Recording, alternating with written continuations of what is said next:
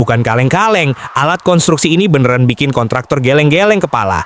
Lupakan truk pompa beton yang ribet harus pasang kaki penyangga dulu. Alat ini pakai roda crawler, jadi mau tanah lembek atau miring sekalipun, hajar terus. Bayangin, satu alat ini fungsinya udah kayak 3 mesin jadi satu. Pengaduk, pompa, sama pendistribusi beton. Tinggal suapin material, langsung jadi cor-coran api. Nggak perlu banyak orang mundar-mandir lagi. Abang operatornya juga santai, tinggal mainin remote kayak main game dari jarak aman.